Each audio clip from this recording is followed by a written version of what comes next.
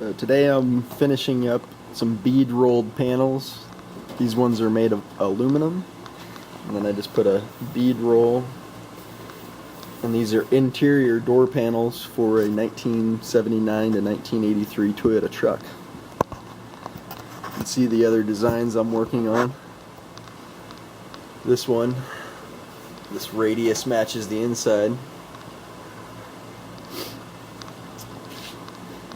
So right now I'm gonna be making another one of these out of aluminum, and then I have another customer that also has a 1981 Toyota truck, I think. I'm working on his door panels. These ones are made out of steel, and I'm just about to start finishing up this last. This is the passenger side. The biggest thing about bead rolling that I've found is distortion is an issue. If you're just bead rolling one way, it becomes a problem. So what I've found and was taught was that if you can, lay out both sides. So both sides of these panels get laid out just the same, identical on both sides. And then what you do is you reverse roll. So if you can see here where I finished the one, that's a finished bead.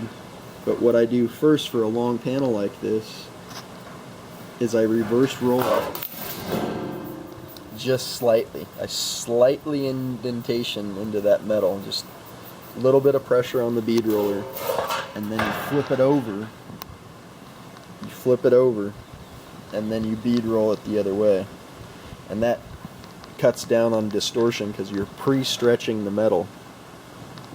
And this is a technique I watched from Laze. I think I'm saying his name right.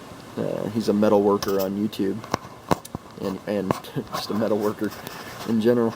Teaches classes. But so reverse roll, just slightly touch the metal and just stretch it slightly.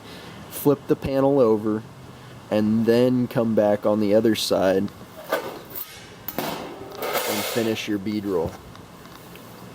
And that way you do not end up with the distortion that you will find, and it comes out almost flat because of that pre-stretching, and it's just very minimal. When I first started, I didn't do that technique, and I found just everything warping to hell. And after finding that technique and using it, now my panels are going out much cleaner and with much less work if you do that layout. And the layout only takes you an extra 5 minutes or less to do. So if you can, there's some situations that you just cannot do that. But every panel that I'm creating here, the reason they come out so flat every time is because all these panels had reverse marks created. This whole panel was pre-rolled, then flipped over, and then you finish your rolling, and you end up with a pretty much a dead flat panel that you can work a lot easier. Saves hours of time on a huge project. So it's a technique that you must use, because it really finishes off the project so much nicer. So it's something that I wish I would have learned even earlier, but I didn't. So I trial by fire. So anyway, now that I know that technique, I'm just kind of handing it off to other people because it's one of the best I've found.